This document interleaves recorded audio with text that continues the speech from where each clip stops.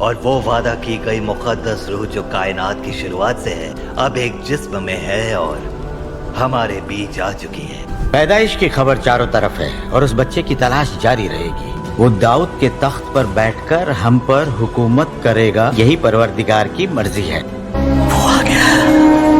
محمد، یہ کیسا نام ہوا بھلا؟ اس نام کا مطلب ہے تعریف کے قابل، محمد۔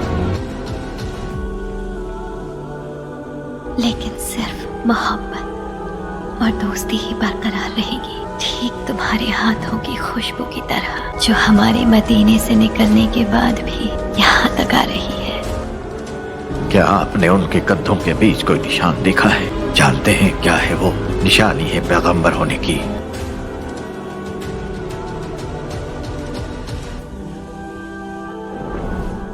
رحمت للعالمین حضرت محمد صلی اللہ علیہ وسلم کی ولادت مکہ مکرمہ میں ربیع الاول 571 عیسوی یعنی عام الفیل والے سال میں ہوئی۔ ابن سعد کی روایت ہے کہ حضور کی والدہ نے فرمایا کہ جب محمد صلی اللہ علیہ وسلم کی پیدائش ہوئی تو میرے جسم سے ایک نور نکلا جس سے ملک شام کے محلات روشن ہو گئے۔ جس رات آپ اس دنیا میں تشریف لائے اس رات کعبہ میں رکھے تمام بت منہ کے بل گر پڑے، اور اس طرح کے بے شمار معجزات کا ظہور ہوا جو اس بات کی علامت تھی کہ اس کائنات کا رہبر اور ہادی اس دنیا میں تشریف لا چکے ہیں۔ جب حضور کی پیدائش کی خبر آپ کے دادا عبد المطلب کو ہوئی تو آپ تشریف لائے اور پوتے کو گود میں لیا تو آنکھ بھر آئے اور مرحوم بیٹے عبداللہ کی یاد آ گئی۔ دراصل آپ صلی اللہ علیہ وسلم کی پیدائش سے قبل ہی آپ کے والد عبداللہ وفات پا چکے تھے۔ جناب عبد المطلب حضور کو خانہ کعبہ میں لے گئے اور اللہ سے ہر قسم کے فتنہ و شر سے محفوظ رکھنے کی دعا کی۔ جناب عبد المطلب نے آپ کا نام محمد رکھا۔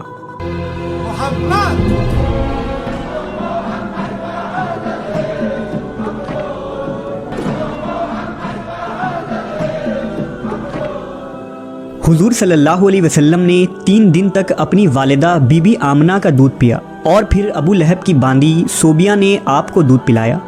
عربوں میں رواج تھا کہ پرورش کے لیے شیرخوار بچے کو دیہات میں بھیج دیا جاتا تھا تاکہ دیہات کے صاف آب و ہوا اور قدرتی غذا کے ذریعہ ان کی اچھی طرح پرورش ہو۔ دراصل اس زمانے میں بنو سعد اور بنو بکر کی عورتیں مکہ آتی تھیں اور نومولود بچوں کو اپنے ساتھ پرورش کے لیے لے جایا کرتی تھیں، لہٰذا جب بنو سعد قریش کے علاقے میں آئے تو عورتوں نے مالدار گھروں سے بچوں کو گود لے لیا تاکہ انہیں زیادہ سے زیادہ مال و دولت اور انعام و اکرام مل سکے۔ لیکن جب ان عورتوں نے بی بی آمنہ کے لال کو دیکھا اور یہ پتہ چلا کہ یہ بچہ یتیم ہے تو مال نہ ملنے کی امید سے آپ صلی اللہ علیہ وسلم کو کسی نے بھی گود لینے سے انکار کر دیا۔ انہی عورتوں میں دائی حلیمہ بھی تھی جو نہایت ہی غریب خاتون تھی اور ان کی اونٹنی بھی لاغر تھی۔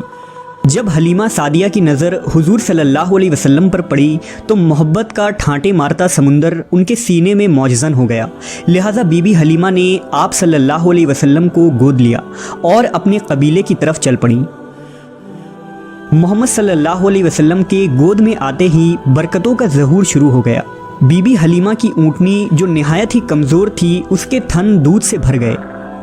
جب قافلہ کچھ دور پہنچا تو اونٹنی خوشی خوشی قافلے سے آگے آگے چلی جا رہی تھی۔ اس پر قافلے والوں نے پوچھا، اے حلیمہ، کیا یہ تیری ہی اونٹنی ہے یا کوئی اور ہے؟ حلیمہ سعدیہ کے شوہر حارث نے بھی یہ سب محسوس کر کے اپنی زوجہ سے کہنے لگے، حلیمہ یہ تو بہت برکت والا بچہ ہے۔ حلیمہ سعدیہ نے کہا، واقعی مجھے بھی یہی امید ہے کہ یہ نہایت ہی بابرکت بچہ ہے اور خدا کی رحمت بن کر ہم کو ملا ہے۔ جب بی بی حلیمہ سعدیہ قافلے کے ساتھ اپنے گاؤں پہنچی تو وہاں سخت قحط پڑا ہوا تھا، تمام جانور کے تھن میں دودھ سوکھ چکے تھے، لیکن حضور صلی اللہ علیہ وسلم کو لے کر جب بی بی حلیمہ اپنے گھر میں تشریف لائیں تو بکریوں کے تھن دودھ سے بھر گئے۔ بی بی حلیمہ خود فرماتی ہیں کہ اب روزانہ میری بکریاں چراگاہ سے واپس آتی تو ان کے تھن دودھ سے بھرے ہوتے، جبکہ ہر طرف سوکھا پڑا تھا اور لوگوں کو اپنے جانوروں سے ایک قطرہ دودھ تک نہ ملتا تھا۔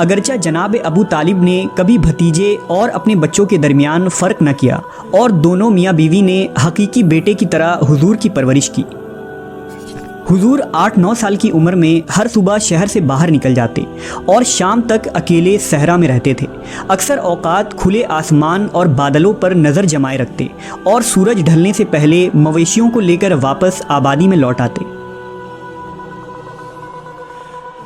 جناب ابو طالب ایک تاجر تھے، لہذا محمد صلی اللہ علیہ وسلم کی عمر جب 12 سال کی تھی تو آپ انہیں تجارت کے سلسلے میں اپنے ساتھ ملک شام لے گئے۔ شام کے شہر بصرہ کے نزدیک ان کا قافلہ ٹھہرا۔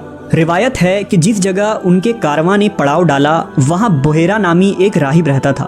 بحیرہ نے دیکھا کہ جس درخت کے نیچے قافلہ ٹھہرا ہے اس کی ٹہنیاں خود بخود جھک گئی ہیں۔ اس نے دیکھا کہ ایک 12 سال کا لڑکا قافلہ میں شامل ہے جس پر بادل کا ایک ٹکڑا سایہ کیے ہوئے ہے۔ بحیرہ ایک عالم اور دانشور راہب تھا۔ وہ سمجھ گیا کہ یہ وہی موعود ہے جس کی بشارت ہماری کتابوں میں موجود ہے۔ وہ جناب ابو طالب سے ملا اور ان کو نصیحت کی کہ اپنے بھتیجے کی پوری نگرانی کریں، یہ وہی بچہ ہے جس کا ذکر آسمانی کتابوں میں ہے۔ بحیرہ نے ابو طالب سے کہا کہ انہیں یہاں سے واپس مکہ بھیج دو اور شام نہ لے جاؤ کیونکہ انہیں یہودیوں سے خطرہ ہے۔ لہذا جناب ابو طالب نے چند غلاموں سمیت حضور صلی اللہ علیہ وسلم کو مکہ واپس بھیج دیا۔ جناب ابو طالب کا بیان ہے کہ میں نے کبھی بھی نہیں دیکھا کہ محمد نے کبھی کسی سے کوئی جھوٹ بولا ہو یا کبھی کسی کو دھوکہ دیا ہو یا کبھی کسی کو کوئی تکلیف دی ہو یا کبھی کوئی بیہودہ بات کی ہو۔ حضور ہمیشہ خوش اخلاق، نیک اتوار، نرم گفتگو، بلند کردار اور اعلیٰ درجہ کے پارسا اور پرہیزگار رہے۔ رسول پاک بچپن میں تمام بچوں سے مختلف طبیعت کے مالک تھے۔ آپ میں باقی بچوں کی طرح شرارتیں اور شوخیاں نہ تھیں، بلکہ آپ بچپن ہی سے اس کائنات کے نظام پر غور و فکر کیا کرتے تھے۔ حضور کی جس معاشرے اور سماج میں پرورش ہوئی اور جہاں آپ نے اپنے بچپن اور جوانی کا وقت گزارا اس میں زناکاری، فحاشی، شراب نوشی، سود، ناچ گانا اور ہر قسم کی برائیاں زوروں پر تھیں۔ ایسے معاشرے میں تمام تر برائیوں سے محفوظ رہنا اور کسی معمولی سے معمولی برے عمل سے اپنی سیرت کو داغدار نہ ہونے دینا یہ ایک غیر معمولی بات ہے۔